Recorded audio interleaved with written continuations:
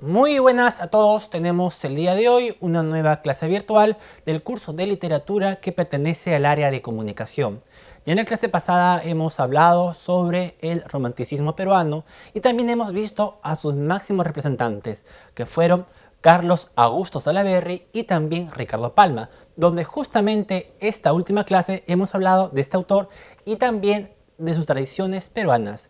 Y en la clase del día de hoy vamos a ver una nueva corriente, que es la llamada corriente del realismo literario. No sin antes comunicar y advertir que deben seguir mandando sus tareas al correo electrónico, ya que avanza el curso y también sus calificaciones. Dicho esto y sin más preámbulo, vamos con la clase del día de hoy, denominada La literatura del realismo peruano. Bien, vamos a iniciar la clase dando un poco de contexto. El realismo, al igual que el romanticismo, inició en Europa, luego se fue expandiendo a mediados del siglo XIX. El realismo surge como reacción u oposición a la corriente romántica, a todo lo subjetivo, a todo este amor idealizado. Los personajes del romanticismo cayeron en desuso, como por ejemplo los héroes solitarios, los protagonistas de amores frustrados, ¿no? El amor funesto, el final triste. En lugar, el realismo prefirió a los personajes reales que vivían en su entorno. Es que va a querer retratar la realidad tal cual, de una manera objetiva y directa, no tan idealizado, no tan sensible como fue el romanticismo en este periodo anterior, sino que, como dije, el realismo se centra en el entorno social y los escritores realistas se preocupan por estudiar las relaciones entre la persona, la sociedad, cómo viven. Va a ser un estudio minucioso de todo lo que pasa a su alrededor. Entonces, en este sentido, va a dar la contra o se va a diferenciar muy bien del romanticismo. Más que un movimiento literario, es que el realismo tiende a reproducir fielmente la realidad. Entonces, el realismo va a tener como género predilecto a la narración y al ensayo para poder descifrar, analizar y criticar a la sociedad de la época. El romanticismo se prestaba muy bien para la poesía, para la evocación de los sentidos, de las emociones y de los sentimientos, pero en el realismo se centra nada más en la narración, pues hay grandes novelas que van a tratar de describir con un método estilístico toda la realidad de esta corriente literaria que es el realismo. Por otra parte, ocupó sobre todo lo que se podía comprobar a través de la experiencia y de la razón. Entonces, el método deductivo para analizar todo lo que pasa en la sociedad es a través de la experiencia y de la razón. En el romanticismo era pues el sentimiento sobre la razón, pero con el realismo va a ser la razón sobre el sentimiento. Entonces, en este contexto surgen en Europa grandes cambios. Por ejemplo, se da la revolución industrial. ¿Qué más tenemos? El esplendor de la burguesía. Aparece la clase obrera.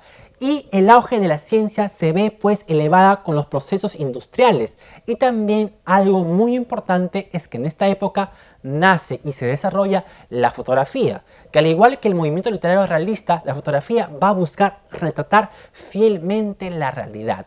Es por ello que tanto la literatura como la fotografía van a tratar de ser un arte que retrate la realidad por excelencia.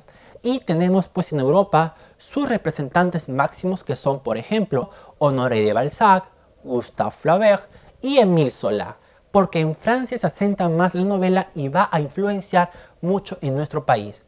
Ahora vamos a ver las características del realismo literario. Son principalmente 3 o 4 que son las siguientes. Primera característica del realismo es que tiene un propósito moral y social. Las obras deben transmitir ideas, reflexiones sobre su entorno social. Vamos a ver como segunda característica del realismo es que rechaza el tono intimista y exótico. Va a oponerse evidentemente al romanticismo, que busca pues lo sensible, lo exótico, lo paradisiaco. Acá la realidad tal cual, con sus problemas y hasta pobrezas. Tenemos como tercera característica del realismo es que cultiva la novela y el ensayo como género predilecto. Lo que manifesté, para la poesía se da mejor el género lírico, pero para el realismo lo que va a tratar de narrar son los problemas de las sociedades y se presta más para la narración y para el ensayo. Y como última característica del realismo, podemos decir que la razón y la experiencia son fundamentales para analizar y criticar a la sociedad de la época. Y al igual que el romanticismo, el realismo en el Perú llega tardíamente, un poco tarde que digamos, ¿correcto? Todo lo que viene de Europa, pues en el Perú lamentablemente viene tarde, pero se va a desarrollar también sus propias características. Entonces, el realismo en el Perú pues llega tardíamente y se desarrolla hacia fines del siglo XIX y tendrán las siguientes características particulares.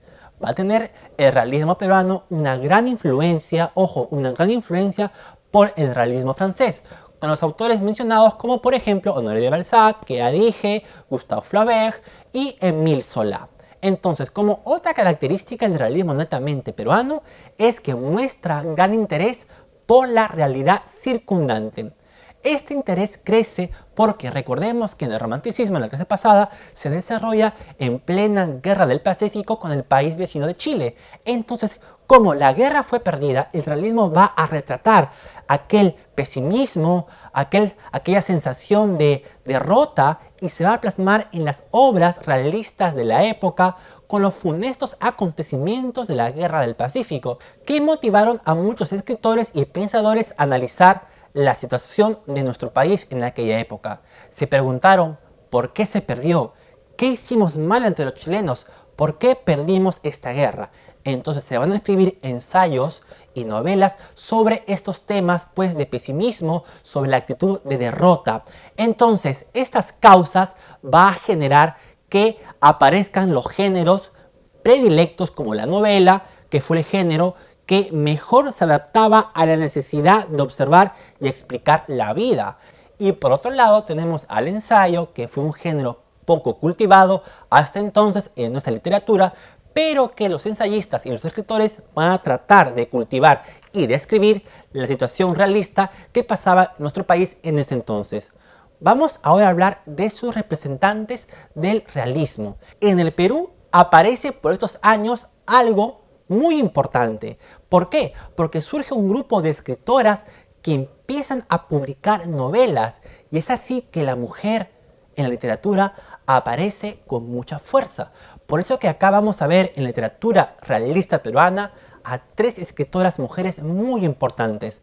Vamos a enumerar rápidamente. Número 1, Clorinda Mato de Turner, que lo vamos a ver en la siguiente clase, vida y obra únicamente de esa escritora. 2, tenemos a Mercedes Cabello de Carbonera. Y por último tenemos a Teresa González de Fanning. Todas estas 3 autoras pertenecen al movimiento realista peruano con su narrativa entre cuentos y novelas. Y por el lado del ensayo tenemos a Manuel González Prada y también a Abelardo Gamarra, más conocido como el Tunante. Vamos a ver ahora la importancia que tiene Manuel González Prada en el ensayo, porque es muy conocido por su marcado sentimiento antichileno. Publica un ensayo muy intenso, muy profundo y muy crítico. Ojo, muy crítico.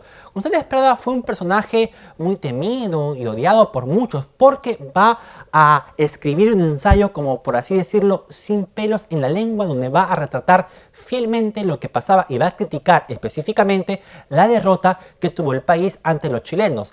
Es por eso que hace un discurso muy conocido que fue Discurso en el Politeama. Y también escribe en ensayo Páginas Libres y también pues Horas de Lucha. En poesía, con sus innovaciones poéticas, va a estar muy ligado al modernismo y publica sus poemarios como por ejemplo Minúscula, Exóticas y Grafitos. Su figura polémica y su pensamiento crítico hizo analizar y hasta criticar duramente a la Iglesia, a los políticos y gobernantes de turno que estaban al mando de la Guerra del Pacífico, y va a defender al indio y va a tener una mucha ilusión y esperanza sobre los jóvenes. Hay una famosa frase de Manuel González Prada que dice: los viejos a la tumba y los jóvenes a la obra.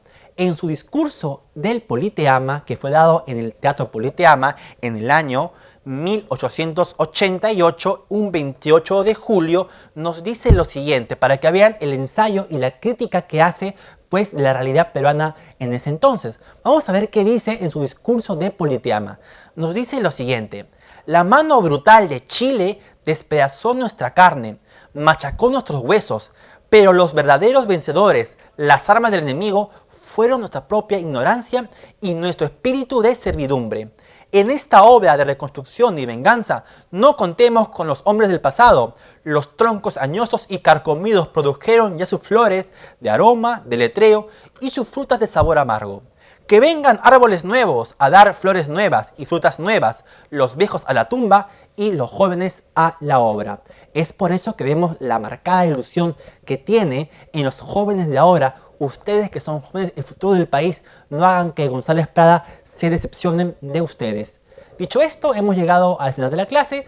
Va a quedar como actividad investigar un poco más de la vida de Manuel González Prada y colocar 2 poemas que tenga, porque van a ser los antecedentes del modernismo literario.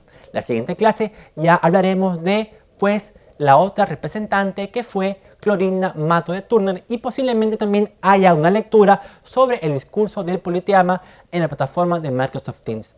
Entonces nos vemos pues en la clase Zoom de esta clase y evidentemente en una nueva clase virtual de literatura peruana. Nos vemos, chicos.